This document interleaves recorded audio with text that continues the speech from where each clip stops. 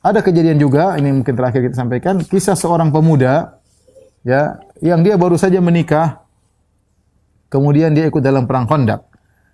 Kemudian dia minta izin di siang hari untuk tengok istrinya, ya. Dia minta izin kepada Nabi sallallahu alaihi wasallam. Maka Rasulullah SAW berkata, "Khudh 'alaika silahak." Bawa pedangmu. Fa inni akhsha 'alaika Quraidah. Aku khawatir kau dibunuh oleh orang Quraidah karena orang Bani Quraidah sudah berkhianat. Maka dia pun bawa pedangnya untuk pulang ke rumah istrinya. Fa idza imra'atuhu bainal babaini qa'imah. Tiba-tiba dia sampai di rumah, istrinya sedang depan pintu berdiri.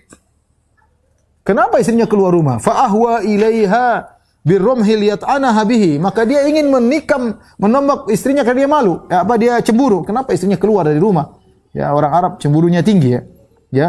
Ketika dia marah sama istrinya, kemudian istrinya berkata, "Ukfuf 'alaika rumhak." Tahan tombakmu. Wadkhulil bait, masuk ke rumah, lihat dulu, ya. Lihat dulu apa yang terjadi dalam rumah. Apa yang buat aku keluar dari rumah? Ternyata dia masuk ke dalam rumah, ya. Ternyata dalam rumah ada ular yang sangat besar yang sedang terlilit di tempat tidur. Ya, tadinya dia cemburu, dia mau tikam istrinya gara-gara istrinya keluar rumah. Lihat bagaimana cemburunya orang-orang Arab ya. Enggak pingin istrinya keluar sembarangan ya. Ternyata istrinya bilang, "Kenapa saya keluar? Lihat dalam rumah. Jangan dulu kau tombak saya." Ternyata di tempat tidurnya ada ular besar. Maka dia pun akhirnya ambil tombaknya dan dia menikam ular. Akhirnya mereka berdua saling bergulat ya. Ya. Akhirnya ular tersebut pun melilitnya. Akhirnya dua-duanya mati. Ularnya mati, dia juga mati. Maka kami kabarkan kepada Rasulullah sallallahu alaihi wasallam, ya, kami sebutkan hal tersebut, maka kami berkata, ya Rasulullah, ya,